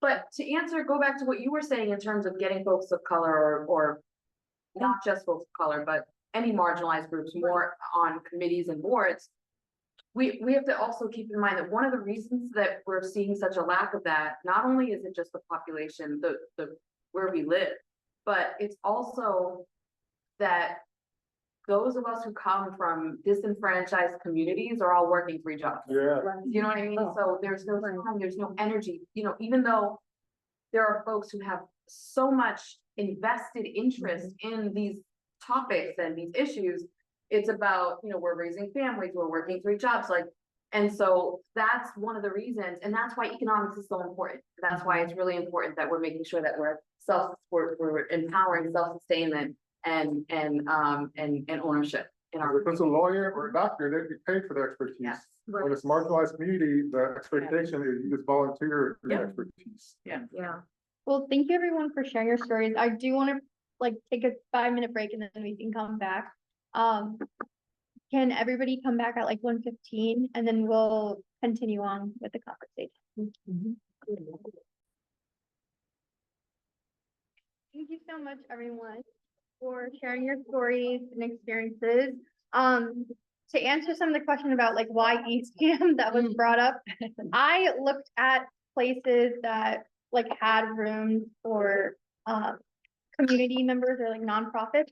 I couldn't really find too many, but the Eastham Public Library had this space, and so I really liked it. So, but definitely we'll be considering like where in Barnstable or Hyannis we can do it, something like this in the future. One of the main reasons we wanted to host this gathering / community listening session on part of the commission is that we actually want to start branching out regionally to different areas of Mass. Cape Cod had been something that commissioners had wanted to do for a long time. It was part of our 2024 to 2026 strategic plan. The commission does regular programming like in the terms of community building and quarterly meetings with Western Mass AAPI organizations. And something that we want to sort of replicate out here in the Cape is doing something similar. Obviously this first gathering listening session is an important step for that. And essentially what this gathering and the conversations, the communications we had today, I will be summarizing. It'll be posted to our social media as well as sent out to legislators. I invited all of the Cape specific legislators. 2 responded. Unfortunately, they weren't able to come, but they did want to keep in contact. So hopefully maybe as these gatherings go along. Yeah, right. So the 2 that responded were, let's see. Julian Sear and Vic was. Yes, yes. It was Julian and Hef. Senator Julian Sear and Representative Hadley. Yeah. Oh, did you, was that a good, was that a guess? So based on like the conversations we had, the need for funding, the need to support communities out here in the Cape is definitely something that's going to be written in the notes. And hopefully this is the first session of many where the commission can build a stronger sense of community out here in the Cape.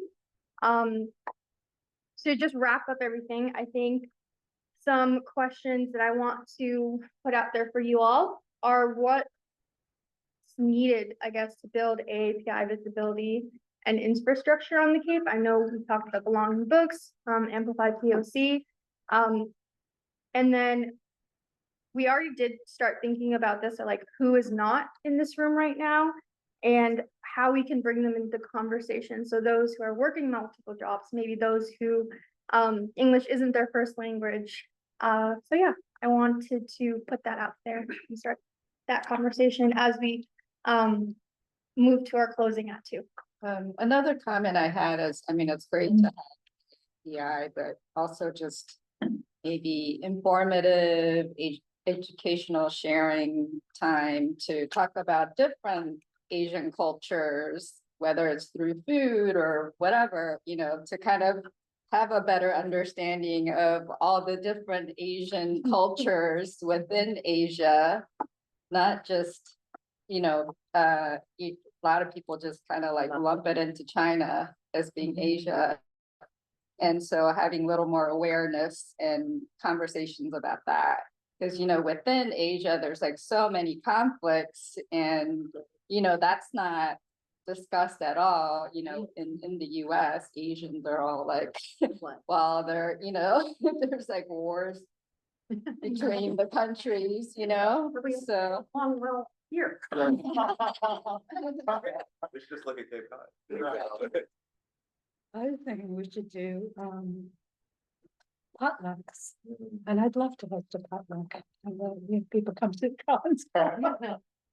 Find parking off season, maybe. But you know, things like that, like small, in terms of community building. I think some of it too, just might be with consistency.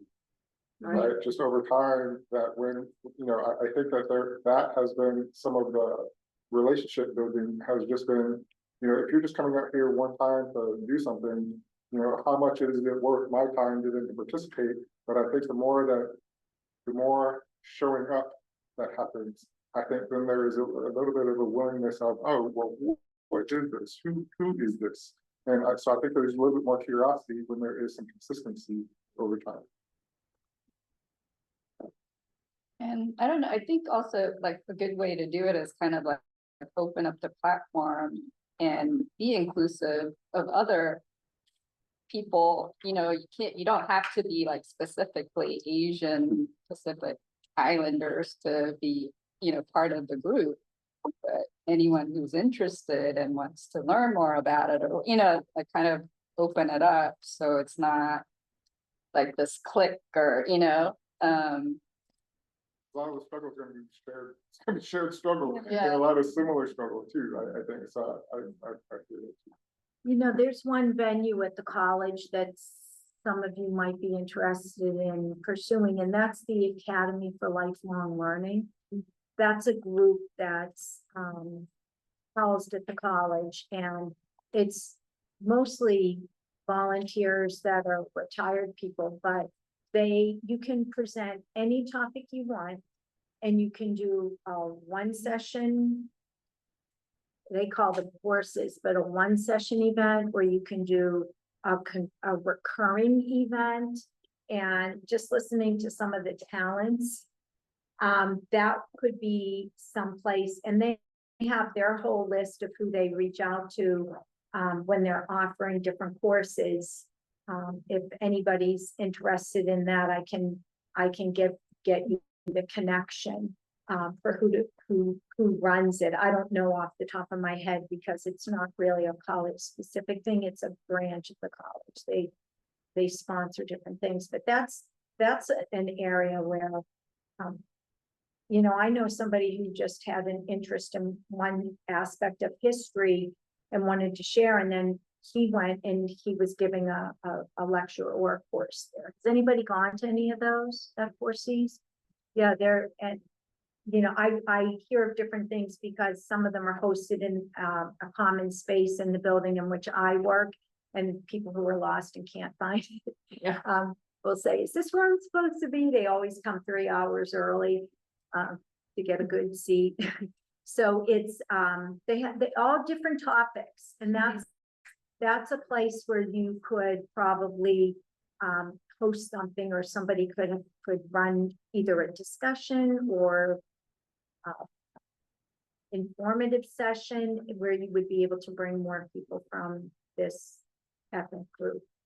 so this could, I mean, to add to that, I think talking about funding, I feel like there's so many volunteer opportunities that, you know, you don't get compensated for your skills or talents here. I mean, because there's abundance of artists or writers and, you know, creatives here. I mean, I don't know about I mean, that's kind of my realm, so that's kind of what I know. But, you know, it's so much of it is just like, you know, like offering service and no compensation. And there's this, you know, inequity with that. And then, you know, all these like nonprofit organizations, and that you know, that's what's running a lot of our programs here are so underpaid to the cost of, you know, living expenses here. It's just, you know, it's just not sustainable. So that's the issue with, you know, to try to, you know, like to continue your practice. The paid And you have to- alternative to that would be the Center for Workforce Development. And you could propose to them a course or an offering, and you would be able to be paid because people would then pay to come. So there are two venues there. I was thinking more for just finding people that are interested to form a network group is why I thought of the Academy for Life. But I just throw out also, so we're meeting here in a library in Eastham in particular. This is really our community center. And I imagine that's true for many of the other Cape Towns, but probably not all of them, perhaps in Hyannis, you know, your space is more of a community space, but I think if there were a program that could travel through those community centers, perhaps on a somewhat regular schedule, then that might be a way to sort of increase visibility and make something regular that people, maybe they can't come 1 month, but they can come another. I agree. I was gonna say, Rooster Ladies Library, we do all kinds of programs. I work on most of the adult programming at the library. My budget isn't huge, but I do have a budget and I like to compensate people for their time if I can. So if anyone has a program idea or wants to reach out to the library, please feel free. I'm always trying to bring in more diverse presenters, and I know I'm not the only librarian trying to do that. Of course, some libraries have smaller budgets or bigger budgets. It really varies across the Cape. I think this, having quarterly and, to push it out and have it build and have different people, especially if you go into different towns, will be huge. And then I'm inspired to do an AAPI book club. And maybe that could be a thing that goes around the Cape. I don't know, but I don't know. So AAPI author, and then a little bit of an affinity group, I guess, like space. And then I was gonna say, it's not trying to think like something like that, and it's not everybody's culture. And I get that, the Lunar New Year event, for example, it was very diverse. Actually, there were a bunch of Asian people coming to celebrate and enjoy it, but it was all sorts of people, which is kind of exciting and new. But that is just once a year. To build on that. I love the public. I think we're moving monthly public, something like that. At the radio station, we do every month, we offer a free, just a community gathering. Where anyone can come and meet DJs and just eat food. We provide food, we provide music. And it's just a gathering, but it's nice because if you didn't come 1 month, you can always come another month. So it's like, what anchors it is that it's on it's on the last Monday of every month at Press Hall. So, and a Monday, nothing. Wait, this already happens? It's happening. For anyone. But it could be like the same Something. model. Yeah. And then substitute. There's nothing going on in terms of Asian gathering. Can I ask, how has anyone been on the Cape who's Asian? Longer than me. I've been here over 10 years, but like, is there anything like this? Is there anything like, have you ever seen anything? Because I think one of the feedback we got from the film, right, was just like, it's like a big deal because no one has ever done that. Well, the Fine Arts Work Center traditionally brings it because the cohorts are so diverse. Yes. And so that's always kind of like what brings community to see like what's going on outside of P-Town, Gotcha. But it's not, but it's not Asian. no, But I it's said diverse. international. But And it's people from everywhere that are different, coming into different countries, Yeah. different, like just even discipline and, work and Is it year round or is it mainly it's, in the summer? well, there's two programs. There's like the winter fellowship. That's kind of like what's known for, and then there's the summer workshops. Yeah. That people come. Yeah. Weekly. But that's a 7-month program and, it's been going on for a long time. Mhm. So that's kind of like what creates a little bit of diversity during off season. I think like out in Wellfleet on more the STEM, like Bowie brings, it's a lot of people who are coming for potentially a shorter time, right? To do their work for a couple of years or something and may or may not stay. You all stay, it looks like, but Bowie has a very diverse, when I'm out there. Is it Bowie? Am I saying that? Yeah. Yeah. Mhm. I think there'd also be some curiosity, like, what does this look like in Western Mass? Like, can there be some networking so with other smart. communities that are similar? And like, maybe, can there be some sharing and like what is happening, like within the Massachusetts network or the Inland network or whatever? I guess specifically Massachusetts. What else is going on? and how might we integrate something or vice versa? I think to answer your question on Western Mass, I joined the commission in late 2023, and the Western Mass program, part of the commission, is technically relatively new. It is a group of community leaders. The regular community members who come are from the Chinese Association of Western Mass, the Bani Hans Association, which is a Filipino organization. I think it's national, but the president of it, she lives in Western Mass. A lot of community members, like parents of youth council members who are based in Western Mass, go to meetings.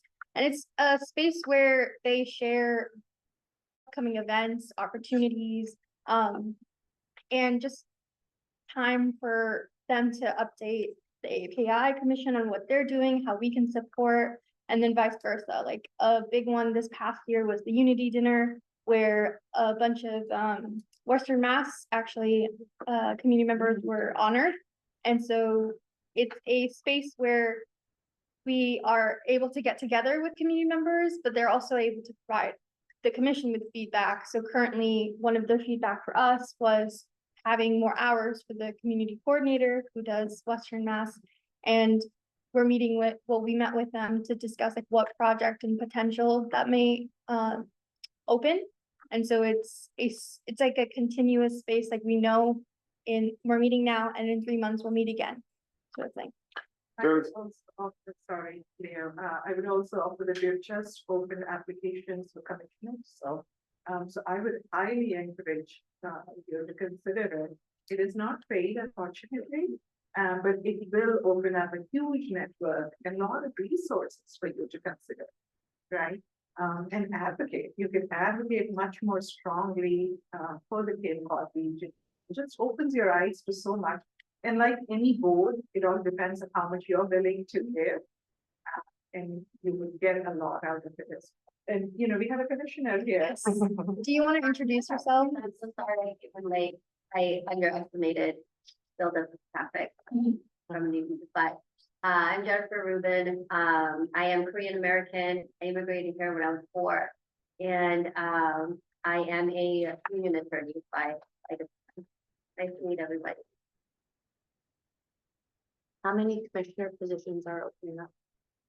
I don't have that information right off the top of my head, but we can send that over to you. What has that experience been like for anybody who's on the commission? What is Now that? you- You know, it's commissioner now, executive director, which we're very excited about. But as an active commissioner, I think the most eye-opening thing has been our listening sessions that are like this, that we go to different communities and just hear about communities that we've never heard from before, that maybe they're smaller in number or smaller in voice, that nobody is listening, that we don't even know that, we don't know they exist, you know, not just the top 4 that you may think of when you think of AAPI, and what's going on within those communities within Massachusetts. It's been surprising in a very gratifying way just to know that, oh, these communities are here, they're thriving, but also struggling, you know, at the same time. They're succeeding, but they're struggling because they're doing it alone and kind of in a vacuum. And the connections that we make through those sessions has been really wonderful. And over with this too, I'm thinking that this will also, just the connections that we make here, even individually, it like starts opening things up. So I'm very excited. I think when you do have a group like this, there are 2 schools of thought, and the one is let's rotate to hit different places of the Cape. But then again, if you have a set meeting time, like your last Monday or first Monday at a set location, sometimes even though people have to travel, they know and it's consistent, and you know they'll slowly come, or you may get more people fewer times. So it's hard to determine what's going to work best for any individual organization, but there are advantages to both structures, but also discipline.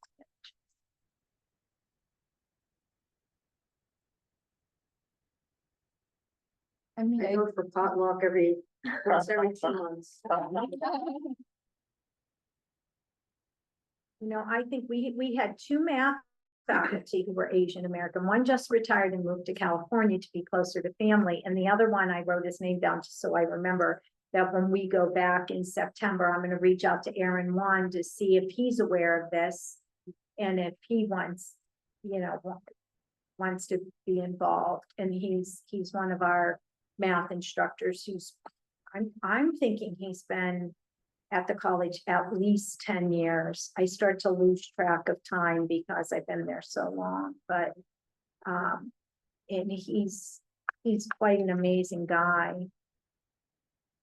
The space that the book club's in is, or the bookstore is in, is really a community center. It's big. And, you know, to your point, I saw your sign just a couple weeks ago and I'm like, oh, a new bookstore. And I didn't realize what kind of a bookstore, but I was driving down the street and I'm like, oh, I gotta stop in there. So it was funny that you're here today. But to your point of, you know, I was a pop-up bookstore and there was something really brilliant about getting to go all around Cape Cod and get to know the community and connect with all sorts of people. So I'd be like, Woods Hole, P-Town, like I got to do that. But now that I'm in space, there is something like a gathering space, right? Like we're here, come when you can, you know, come down from the carpool. And it's like every so often there's no pressure like to come all the time. It's if you need it, if you want it. And we could have really good food. Doesn't have to be about books, you know, it'd just be a community gathering place. That could be really interesting. You know, Cape Cod Regional Transit may work with people if you wanted to have a specific event. You were really trying to get people to a location. And so you might be able to reach out to them, even for like a one-up where it's free transportation from the outer Cape or the upper Cape to bring it to a centralized location and then go there. Yeah. I just have to say that it's more intentional if you're having an AAPI meeting to have it in a AAPI owned establishment to support the community. That's just Absolutely. I mean, I think that's how we do things, right? And like having, if we have some kind of funding and having food and it's from obviously it's a potluck. Okay, forget it. That works. Yeah. Half and half, we get to support a business. So how do we fund this kind of thing? Well, through the commission. Well, yeah, so this community gathering, the food was funded by the commission. Basically we have funds we want to put back into the community. And so this was like, that community gathering was part of our like idea for things like this. So we can talk more. Yeah. Do you mind if I throw in like another idea? It was because I go to a bar on Main Street, which is a big dive bar, and it's right near Eric's place called Duck Inn. But my wife's friends, she's Filipino and her husband's Chinese American. We went to the 28 Club. Has anyone ever been there before? It's another dive bar, but it kind of blew their mind. I mean, it's a super Cape Cod spot, you know, like they probably haven't seen any Asian people ever. And we walk in with like 3 of us, and it was kind of like a different element. So I mean, I don't know how serious I am, but going to bringing groups of us, and like I love our circles and our people, and I think that's great. But I think it's also cool to like go to these places on Cape Cod and like show them that we're not just tourists. Yeah, invade it, like, and like embrace them and invade them and join them. And you know, and I think so we could go to Duck Inn after we do our. Okay. But I mean, yeah, I was just kind of throwing that out there, but. I think it's great. Take up space. Yeah, take up space. Yeah. Because if you go to those places alone, sometimes you do get some like different looks and vibes, and it's. It didn't end up making the film because it was too complicated, but we were trying to really emulate like what it feels like to be an Asian person in white space, right? So like every restaurant we go to. I'm maybe the only, I could be the only Asian person, unless I'm in a Jamaican restaurant, but then still I'm probably the only Asian person, but like, we were trying to like sneak little pictures, but then it turns out your life was kind of like that. Lots of white people. Yeah, so, but that's a feeling that is a weird one here. It never gets, it's like, you never get used to that. I was looking at like at the beach corner, like a band I follow took photos of like the crowd, whatever, and it's just like insane just to see white people all the time. And a lot of those places, there's like staples. Oh, Yeah. It must be really different to have grown up in that situation versus to have lived in a much more diverse area and moved here. Yeah. Well, thank you everyone for coming today. That really wraps up our first community listening session. Does anybody have any questions for me or for Jennifer or Mina as part of the commission? I think that maybe a question that I would have, so, if, like, is there an expectation of output? I'm not sure if I'm asking that correctly, but, I'm glad you all came out.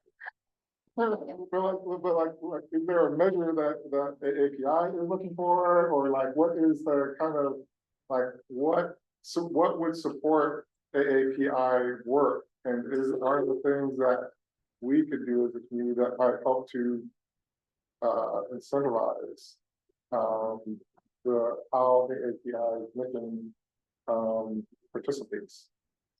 I'm not sure. Does that Help us, right? I would say this, right, I want to be mindful of the reach of the commission. Yeah. Right, we are here facilitating this, but there are also lots of resources available locally that we would want to work with you and partner with you to tap into those. What I would also say is that we should also talk about reaching out to those legislators, senators who have shown interest, talk to them about funding. Those are all things that we can help facilitate.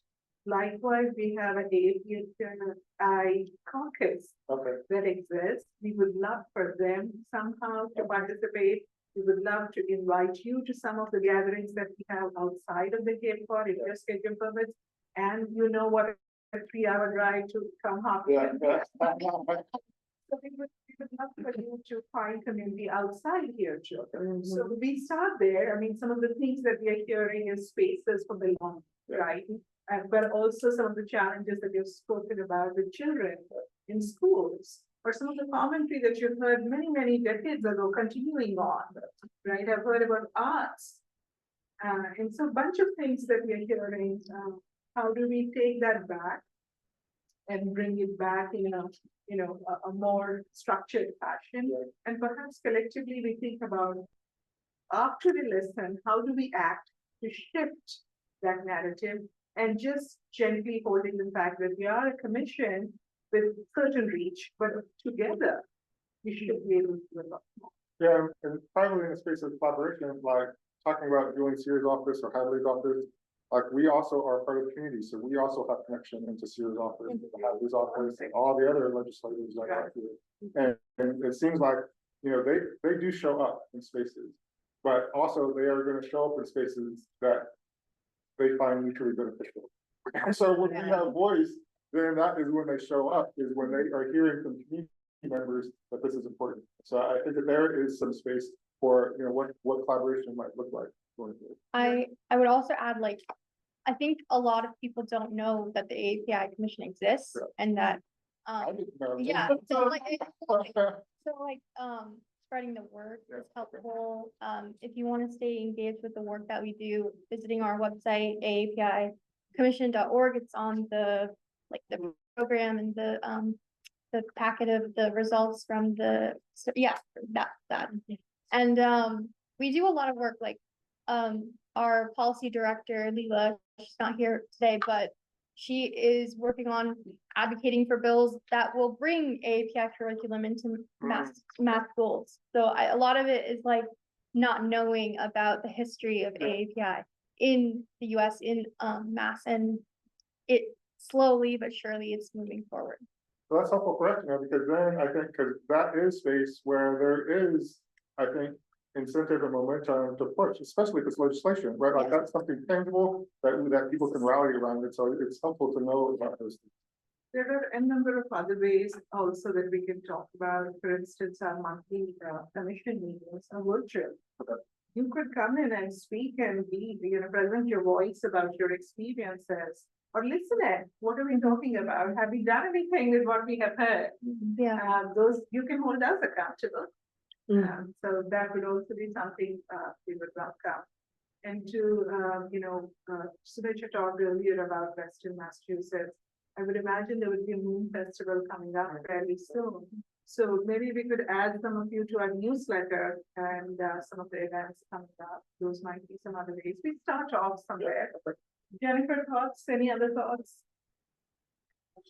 Just that, I like the idea of holding the commissioners accountable. I'm one of them, and Nina and I have talked about how it's whatever you put into it.